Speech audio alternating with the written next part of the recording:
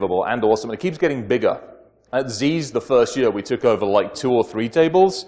Now we take over one entire side of the darn place. Secondly, the guys in orange, give them a hug, give them alcohol as well, please. They're awesome guys. They volunteered their time. So be nice for them.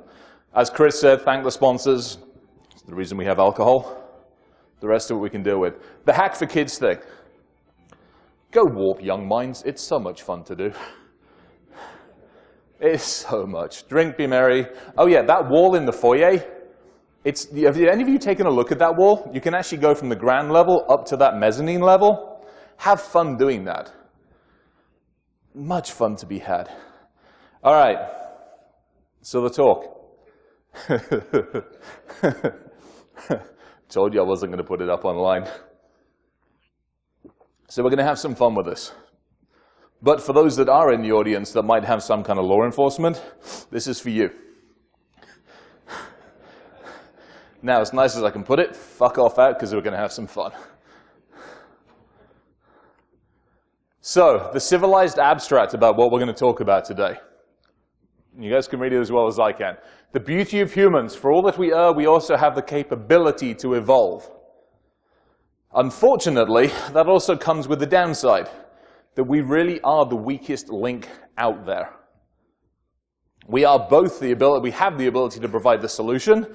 We're also, unfortunately, in the way of putting those solutions in place. So we're going to go through the whats, the whys, the hows, and all the other stuff. But we'll take a blunt abstract for a second as well. Now, this is less aimed at you guys directly, unless you are in the position of management, therefore probably in the way of security. But it is something for us all to take back to the organizations that we work for. And it really is a case of many of us, many of the guys in here that will be standing up on stage, we've been doing this for many years. We go, hi, there's a problem. Look, here it is. And we've been doing this for what, 5, 10, 15, 20 years? Yet the problem still keeps getting worse. Not only does the problem getting worse, we're finding new and innovative ways to actually spread our data everywhere, of which there will be many talks today. So the challenge and the question is, for all of us, is when are we actually going to wake up?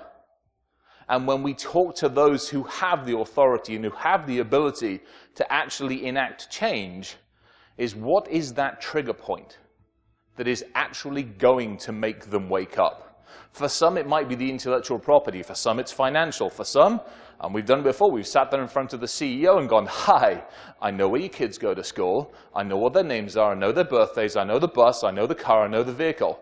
Now, get your shit off the internet. But for each one of these people and organizations, it's a different trigger point. The challenge is how do we get to those people? How do we actually get them to think? Had to throw this one in here. This was an Eddie Mize one, did it straight after our little challenge. Now, for those in the audience, unfortunately, that are hoping, this is not going to be full today's topic, because I will get yelled at and I will get arrested probably again. However, we're going to talk a little bit about this stuff. This one's the fun one for me. For those of you who don't know what this is a T-14 Armata tank. It's that new Russian thing that's out there. The Russians aren't much different than us. They build a tank, they give all the pieces to everybody else, including the source code. We have the source code for most of the T-14 Armata tank now. And it's run by GPS because it's a semi-autonomous thing, so it's awesome. A couple of us have now mapped out exactly how to do a line dance down Red Square next year. If we can get it back on the tank, Red Square Parade's going to be really interesting.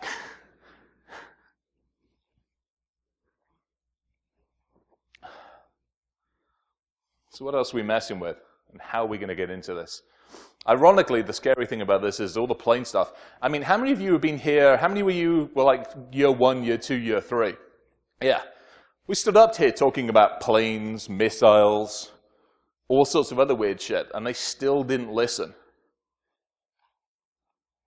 That's the biggest challenge for us at the moment, is like, okay, how do we get people to listen? The new big thing everybody's talking about is obviously the Internet of Things, or the Internet of Everything. Presented over at the RSA bunch. Went from somebody's decor oven and ended up at a power dam. all through the wonders of the Internet of Things. Again, we keep adding these things into our lives, into our systems. How do we start controlling them? How do we work with the people that are controlling them? So, a bit of the focus for today. Obviously, address the elephant in the room, dealing with the alphabet soup. Cooperation is going to be a fun one. When do we talk? When do we shut up? Legal, here. And then we're going to have a little bit of an evolve or die discussion. So, the only thing I'm probably kind of allowed-ish to say, sideways aeroplanes. Well, physics says no. As much as the press and the media want to say yes, physics kind of says no. For the stuff that we did and the research that was done on those things, unfortunately, the affidavit that was leaked by the DOJ took 5 years' worth of information, compressed it into 2 rather sensationalist paragraphs, which is what they used to get the search warrant for all the equipment. The challenge in all that is, unfortunately, it wasn't really accurately represented. Is that a problem here? Possibly. Is that a problem with how things were scribed or discussed? Possibly as well. But the one thing I definitely will say is on the 2015 flights, nothing was done. It's part of the reason I'm still standing here. I'm not in a bright orange jumpsuit. And as it says, next time, probably not going to mess around on Twitter too much. Although, it was myself, Justin, and Chester were sitting on the plane yesterday. We took a screenshot of ourselves and sent it to TSA and the FBI. So we keep poking the bear just for shits and giggles. The fun thing about it is I was sitting on the plane messing with these slides yesterday and the other week when I was flying over to Amsterdam and stuff. I'm like, you know, I probably shouldn't be editing these slides while sitting on a ready airplane. So, let's talk about when and how and what we do when we engage with our little friends. This one I love. You think with the fact that the NSA actually watches everything, they would have figured out the frickin' spam problem by now.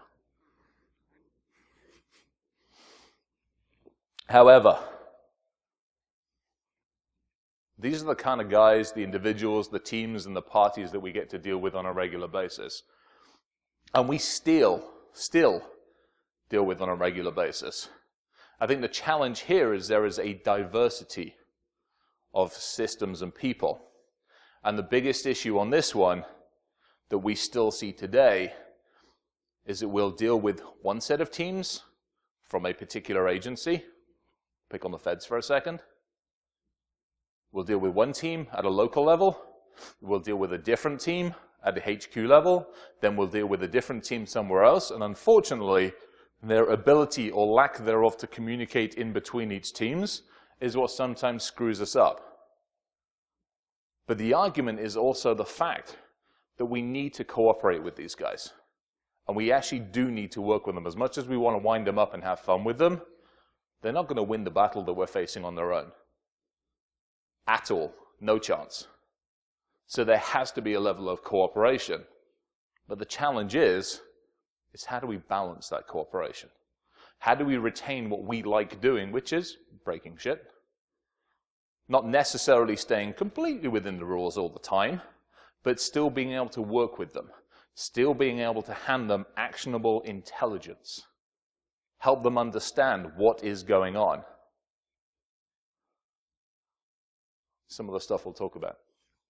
I'm glad Betsy's up here, by the way. How many of you guys saw Betsy on, was it NBC, CNBC? Who the hell was it? CNN. Poor Betsy got profiled. So let's talk a little bit about cooperation. I love Grandma. She's freaking awesome. I think the challenge is a lot of us who've been in the industry for a lot. I'm going to stand in this and screw it up completely, aren't I? I'm kind of like about here. I want to go play over there, but I can't. A lot of us like pushing the envelope. A lot of us mess around. A lot of us get to a stage where we kind of want to cooperate and we want to work with them. But what is the cost of doing that? And so you take a look at it when you have to cooperate. How do you do it? How do you talk? How do you discuss? And unfortunately, these buggers tend to get involved as well. So for any of you that have seen some of the press, it is rather interesting because it's all over the place. Apparently, according to one report, I'm currently still locked up somewhere in prison, but last I checked, I'm still floating around. I actually managed to still get my TSA pre, and I can still go in and out of the country. Apparently, they still let me in. But if you have to deal with the press, and you are dealing with them, choose wisely. Learn from some of my mistakes, and others and peers around us on this one as well. Start taking a look at who's asking the right questions. As you are dealing with the people of the press, understand their job, unfortunately for the most part, is to get the best, most sensationalist news out there. Your job is to protect your ass as best as possible.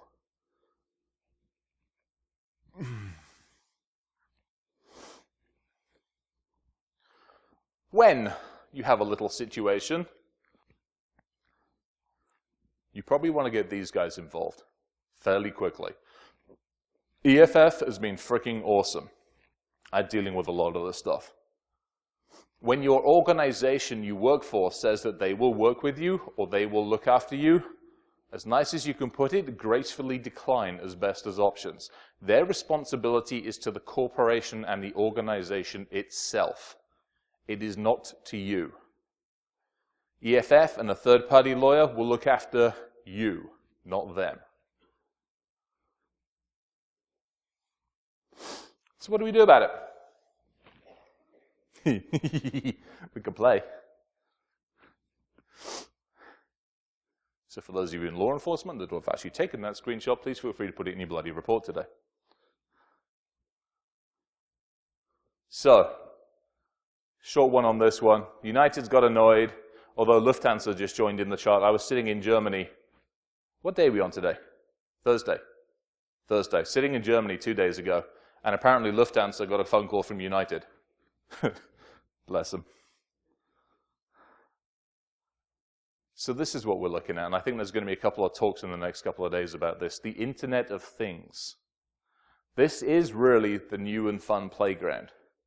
4 billion people, 25 million apps, of which 24,995,000 probably won't be coded properly.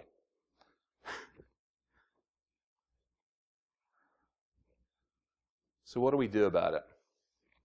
Talk a little bit about the manifesto for a second. I keep bringing minions to this conference because I keep liking them, I keep having fun with them. But for me, they represent us, for want of a better way of putting it. The biggest, or one of the biggest challenges we're facing as we go into organizations these days is like, oh, we're fine, we're covered, we have a cyber liability insurance policy. Perfectly acceptable. Wonders, marvelous thing. They ask us 3 questions. Do you have security? Yes. Do you have a firewall? Probably. Is it out of the shrink wrap? Is not the next question they typically ask. And then they cover you. At which point your leadership goes, oh, we're perfectly fine, we're covered, we don't have to worry about this security thing anymore. Not a problem at all. It's bullshit. Is that me or is that somebody else crashing stuff? And it comes down to us, the humans ourselves. Many of us, especially the ones also stood up on stage, are quite honestly getting fed up with mainstream humans. We're getting fed up with organizations, with entities that just want to carry on going on the same way they've been doing. We're resentful of the executives who sit there and think security is a burden, or it'll happen to somebody else, or there are issues, and somebody else's problem. We're fine. The media's overblowing it. Or the humans. Again, it comes down to us, the people.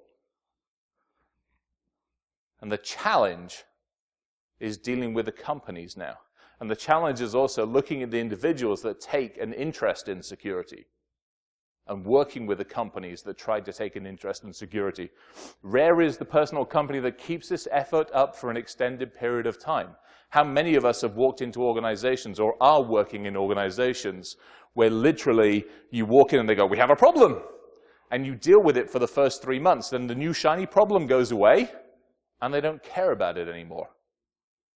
Or proactive security is actually monitoring the firewall Or maybe it's buying the new blinky blue light firewall as opposed to the red blinky light firewall they bought last year. We're getting proactive. Got a new colored blinky light this year. I'd argue the technology itself is there to secure the problem. But unfortunately, the human keeps getting in the way of the equation. We're our own worst enemy. You could lead a human to knowledge, but you can't make them think. I love horses. Can't ride the stupid things, they've got no freaking brakes. But I can feed it carrots, and it seems happy. So what do we do about it? I put this to you. I had some fun. We had a couple of talks about this last night. But imagine the situation. The hacker breaks into the company. Woohoo, great, got in. Yay, fun. That wasn't too hard to do, was it, for most of us?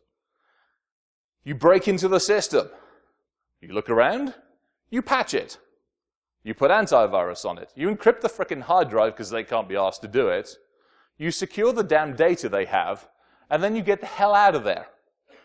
Potentially leaving the keys under the front doorstep with a little note saying, "Loves, hugs, and kisses, the hacker." Imagine standing in court. He broke in, oh, bad person, and he fixed everything. What the fuck? Did he do any damage? No, but he encrypted my hard drives. Oh, bad person, but he gave me the key. No cyber stuff. He protected my data. Bad man. Imagine having that legal discussion. You're standing up there, and you broke in. You got the thrill of breaking in, which is always the fun part about it. The thrill and the fun part is just getting into the damn system. Once you're in, it's like, fuck it, plant a flag, get the hell out of there, it was fun. Take some screenshots, get the PCAP file, otherwise it doesn't count. By the way, for anybody wondering, we do have PCAP files of airplanes. Imagine the same thing with SCADA. We all know how many fun challenges there are with SCADA. But you break into the power station, kind of like we did at the Michigan Cyber Range. What was that, a couple of years ago? That was fun. Took out the pipeline. There's apparently a really cool pipeline that goes all the way across this state. I've got the user IDs and passwords if anybody wants them. I don't think they've changed them in like 2 or 3 years. But you break into the damn place, you take it off a plain text protocol that any bloody man, woman, child, kid, or whatever can frickin' sniff. You put protections in place, you disconnect it from some of the stupid shit they've got in the corporate world, and you protect it. Imagine how much fun that would be, having that legal discussion. Now, I don't necessarily want to be the test case for that, to be perfectly honest, given my recent indiscretions. But it raises the question, should it be done? I'd argue yes. Logic simply states, we keep losing data because we're not fixing the basics. I still shouldn't be finding 2008 vulnerabilities or 2003. Freaking Windows NT server the other day, for God's sakes. I even had to look up how to break the bloody thing. Like, shit. I'm like, does this still, it works. And they had the installation disks, for God's sakes. We shouldn't be finding this, and if we do find it, it should be hidden somewhere. But logic says that data encrypted at rest and in motion is harder to steal. Not saying impossible, but it's a hell of a lot harder to steal. Logic also says if less people lost their frickin' credentials, the waterfall effect throughout the rest of the industry is rather positive. To us, here, it's a fairly logical argument. Unfortunately, we're not dealing with logic. We're dealing with executives. Oh, no, can't repair that, that's a problem.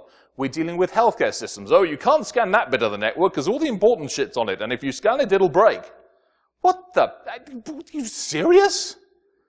I'm sorry, that scanner over there is running Windows XP because the manufacturer says that it only should run Windows XP. Shoot the fucking manufacturer. Take them outside, tar and feather their sorry ass as an example to every other silly son of a bitch who tells you that old shit should still be okay. Seriously. Logic says that we should be able to do that.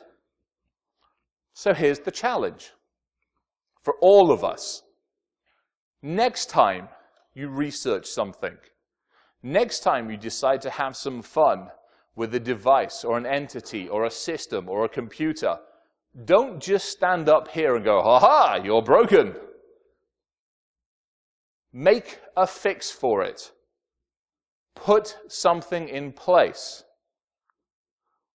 Next time you break a company or an organization or government agency, because they're fun to play with, sit down and figure out how you would fix it. Work out what you could do to make it better. Standing up here and expounding the problem, not good. Standing up here and saying, you have an issue and I've got 3 solutions for you. Pick one.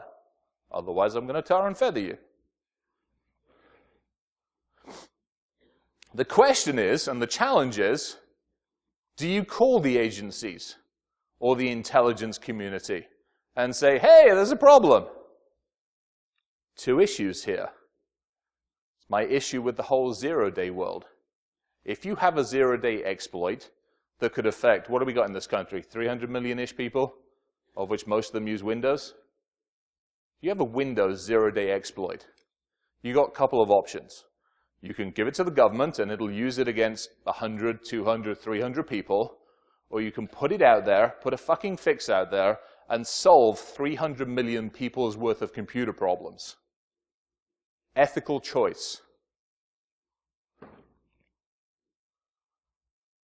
To me, at this point, I think the next time something gets researched, it should be, this is what broken, this is how we broke it, and here is a fully automated script to fix it.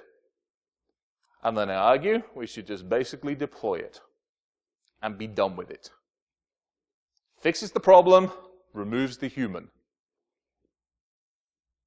Couldn't help it, had to put this one in. Can you guys read that at the back? Yes, so much fun. So what am I talking about here? I'm talking about taking a leaf out of us, the humans. The vaccination process that we have as humans. Whether you believe in vaccinations or don't believe in vaccinations, it's an interesting little process out there. Take the best part of a virus. Pick on Zeus, pick on a couple of others. Take the transport methodology from Zeus, take the attack methodology from Zeus, take your own 0 days. Turn the logic flow from attack to defense. Turn around and say, hey, rather than going out there and looking for credit cards to basically haul them off and sell them, get out there, look for credit cards to encrypt the bloody things. Go look for people's taxes and encrypt the darn things. Leave them the keys, because that's more fun. But the argument is basically take a look at the obfuscation and fragmentation techniques that are out there. There's some really nice stuff that's being used by viruses. Put a resilient update architecture in place, not one that can be easily discovered. Going out on the same port at the same time every day does not count. And then I say deploy it. Now, in doing so, I would recommend putting a kill switch in, because we didn't do that the first time. And it went a little wild. Well, in fact, it went very wild. But we've got something running out there. It's been running over in the African continent for a little while.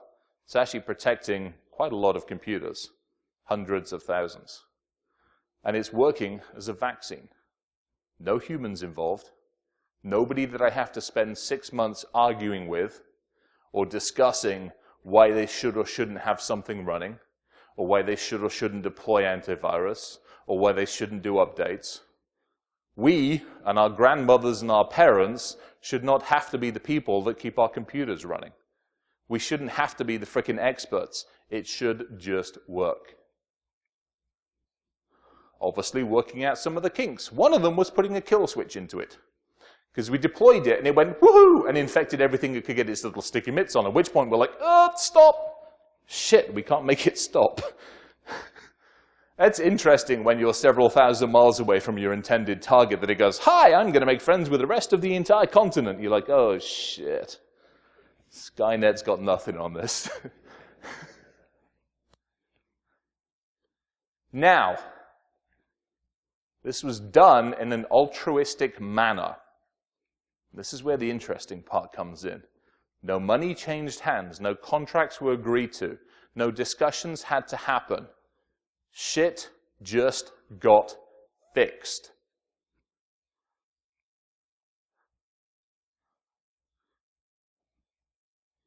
Some of you are probably thinking this.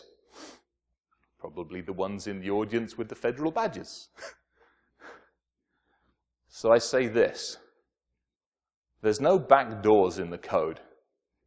This is not a master plan to take over the world. One computer, one fridge, one laptop, one toaster at a time. It'd be fun to do that. It really can't be asked. I shouldn't probably be in charge of anything, let's be honest. Exactly. To me, and I would argue to a lot of us, there's simply a desire to see progress, to see things fixed, and to see stuff put right. Most of us, I would argue, are fed up to the back teeth of watching all of our freaking data be bought, sold, traded, lost, or whatever the hell it is. Some of us, inside the fucking OPM breach, are a little frustrated.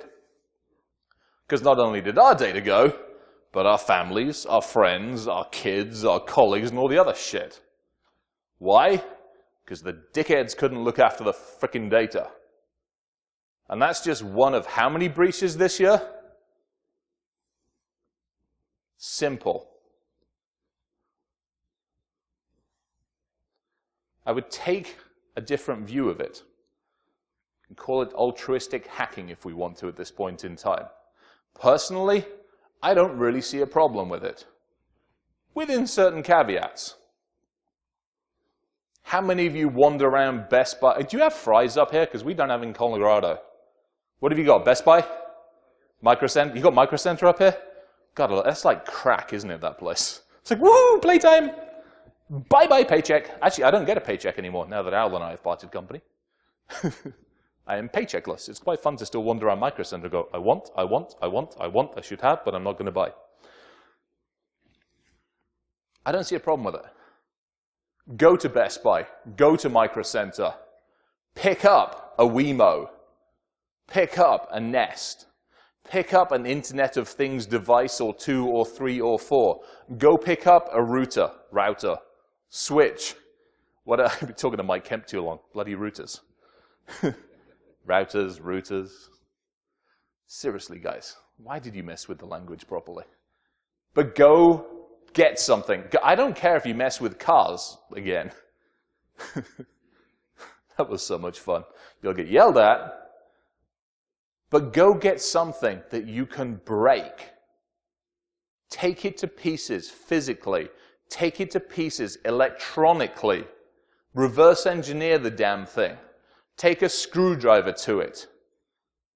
Because the simple fact is we keep accepting more and more and more of this tech into our lives, and we don't mess with it as much. Or if we do, we're going to the manufacturers going, hi, there's a problem. They're like, oh, yes, join the queue. There's a whole bunch of you that have problems. And you get ignored. I'm now wearing one of the Apple Watchy things because I bricked my 5th Fitbit, I think it was. I got to a stage. How many of you guys have got Fitbits? They're great. If I still have my Fitbit on, whoever's got the most steps, it would take the steps from you. It's much easier than me doing the bloody steps. But Fitbit has an open authorization architecture for certain bits of your information. Not for everything, but there's half a dozen elements of your information, including step count and a bunch of other stuff. So you can turn your passive Fitbit into an active Fitbit, make friends with everybody else's frickin' Fitbit, and just take their damn data. Now, I had to brick a few Fitbits to figure this shit out, but it was fun, and it meant I didn't have to walk as much. But take that mentality and apply it. I don't care if you, the new bloody, what was it I saw the other day? It was an Android-enabled washer and dryer. Absolutely hilarious. If you get onto Best Buy's wireless network when you're in the store, you can actually do some testing in there. It's quite fun to do. Not that I'm advocating that, because that's not nice. But have fun with it. And it's also running an old version of Android, and there's about a list about that long of exploits you can do to get into it. Once you've got into it, you can drop Thing onto it. And then you can have fun with their home network as well. But it's stuff like this that we need to be doing. Because more and more of the tech is coming into our homes and our lives and our systems, and we're not touching it. Or if we are, the manufacturers are ignoring it. Point in case. You guys are well aware we're here for 5 years. I think year 1 is the first time I said, "Hi, guess what we can do to a 747? It took the feds 4.5 years to wake up and go, "Hey, probably want to pay attention to this guy. Let's lift him off an airplane." Admittedly, I might have provoked the situation. But seriously, get out there and break it. And then when you've broken it, figure out how to fix it. And then arguably, there is an argument to say, just deploy the damn fix. Geek thoughts. So, the next time you are in your target of choice, you're knee-deep, ankle-deep, elbow-deep in code and reverse engineering, and you've gotten the PCAP file, and you've taken the damn screenshots for the organization, the company, the record, or whatever else, I'd argue you fixed their code. You patched their system. Maybe you make them aware, maybe you don't. If you do, you have to deal with humans. If you don't, things magically get fixed. Encrypt it, sort it, leave the keys behind, and then get the hell out of there. Because, to use a well-loved phrase of Evolve or Die from Packet Storm from how many years ago? 10? 15? Long time? We have to get better. We've got to take the flaws out of this thing, and we have to do a better job of protecting the systems. The problem is, the technology is there to protect everything. 2 years ago, when you bought the Blinky Firewall, frickin' green Blinky Light firewall, it was perfectly adequate to fix everything. The fact that you maybe don't have the resources to look after the logs, watch the logs, monitor the damn things, unfortunately for most of us, isn't your fault. The humans getting in the way to say, "Oh no, you can't have more people to look after logs. You've got a new Blinky Firewall. Just be happy with the Blinky Firewall. Don't worry about logs. We don't need to worry about those things." It's arguable that the security that we put into organizations should be more commoditized. For a lot of organizations that you probably work for, or for a lot of companies that we break into on a regular basis, security is not their key focus. They make widgets. They shouldn't have to worry about patching every 5 fricking minutes. They shouldn't have to worry about what release firewall. The damn stuff should, unfortunately, for the most part, work. But we haven't designed it that way. We haven't put it in that way. We're still fixing our own systems, and we're having to deal with the humans to be able to put the patches out to be able to do it. Again, I'd argue, we just get out there and we fix it our damn selves.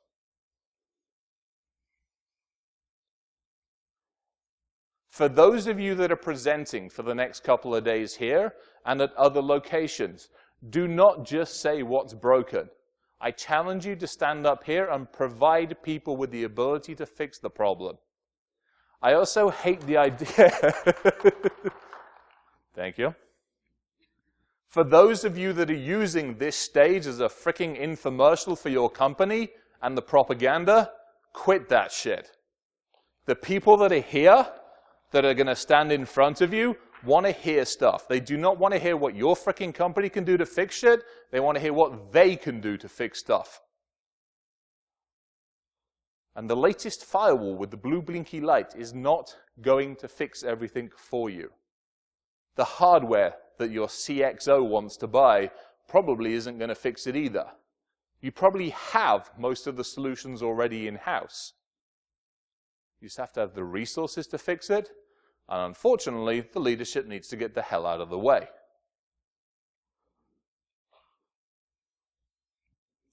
I keep having to put these little things in there, because you know damn well that somebody's like, oh shit, he's got another airplane slide in there. Give me a whole presentation full of airplane slides. So for me, I keep joking about messing around with the lights on the eastern seaboard. We're actually messing with the lights on the western seaboard. One of the western United States cities has taken all of its lights and all of its city lights and they've made them wireless. I want to send rude messages to the ISS station. I've got half the code built and it's simply going to say fixed by 127.001. And no bugger's going to be able to change it. This is something we also forget. And this is something we put in there as well. I think we're getting better at it these days, and I think the message that we convey to organizations and to corporations is getting better. When we first came on the scene, we're like, aha, put a firewall in place, it'll fix everything. And then the bad guys went and went around the firewall, and we were like, bastards. We'll put IDS IPS in place. And they went, whoo! And they went through the IDS IPS. And the IDS went, I think it went that way. And the firewall went, fuck if I know, I thought it went that way. And the logs lasted for 24 hours. And it was 6 months before we realized that shit went. This is a game of chess that we are playing. We're not doing a good job of it either. So what do we do? The questions to take back to the organizations we work for. Do they really understand the problem? Do they actually know the risks the organization faces? It's a simple question, but it's a lot harder to answer.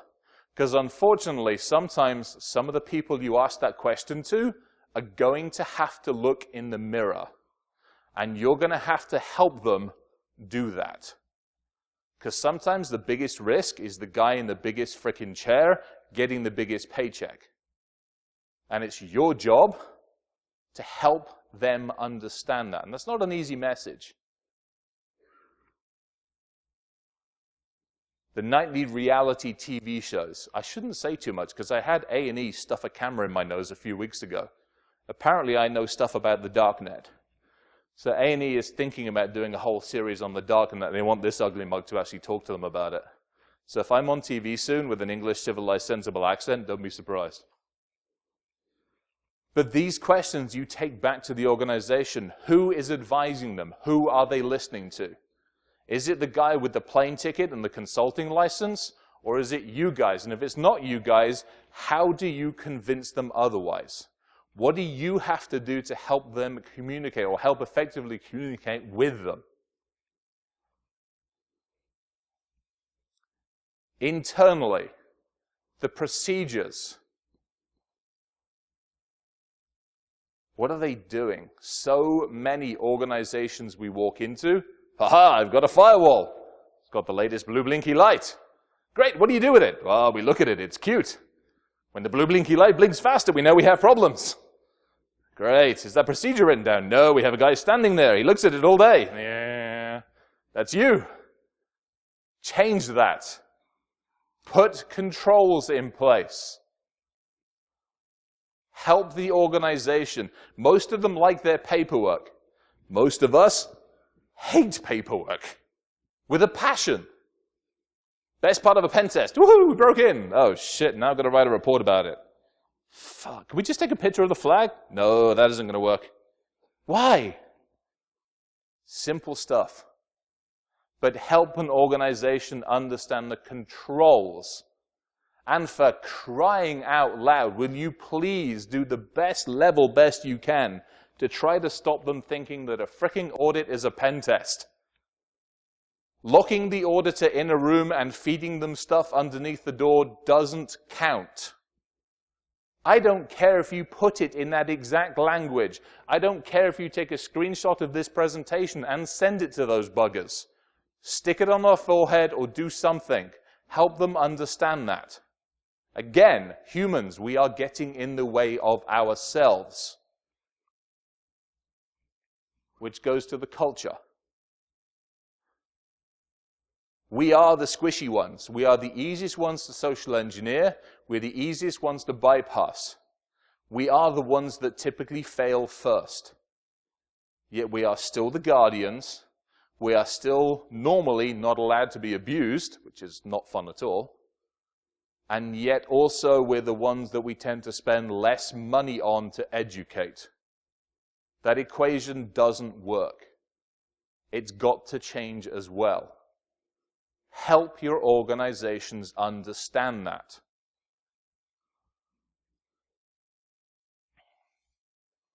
This one's the tough one. This goes back to our little minions.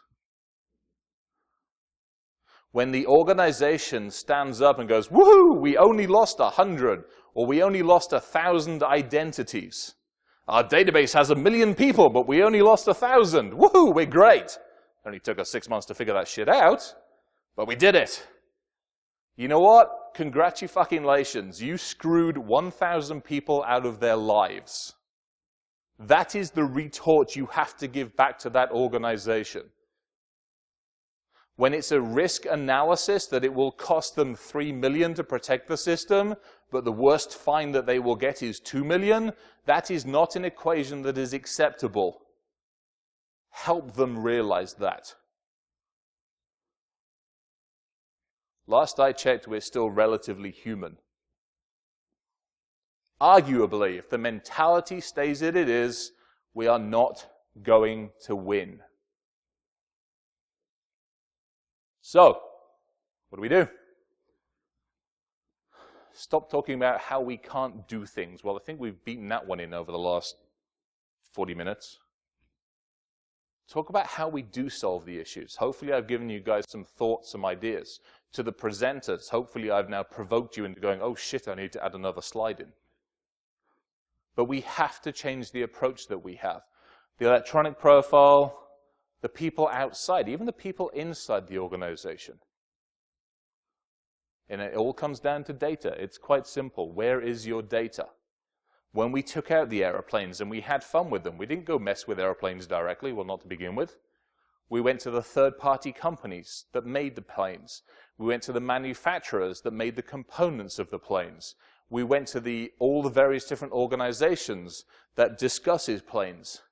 And we did all the OSINT intelligence gathering that we possibly could, which is exactly what the attackers do. As you talk to your organizations about security, it isn't just about them or about you. It's about all the various places that that data resides, with the employees, with the vendors, with the suppliers, with the VARs, with every bugger that has its fingers into your data. When the vendor out there sells you a new piece of equipment, when they turn around and post something like, hey, I just sold them a whole bunch of new toys, taser their sorry asses. Because I go, oh shit, they've got this firewall. Well, fuck it, if I go this way, I can go around the damn thing. Stop them from giving your stuff away. And then we focus on the people. Potentially, I'd argue, how to get around the people. So, I will say it again. I've said it earlier, I'll say it again. We have one hell of a community. To all of you here, to all of you that have been here through the years, I thank you. You are a kick-ass community. To Chris and Jamie, and to GrrCON, where the hell's Chris? Did he escape going, oh shit, he's on stage.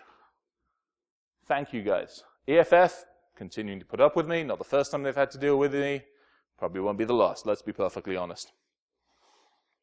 I have to put this one up here because, well, it's fun. How many of you guys have got the idea that McAfee's actually going for president? How many of you want him as president? Fucking hilarious. Let's see, McAfee or Trump? Seriously. I want it to be hilarious. So, to everybody, thank you very, very, very much. Appreciate it.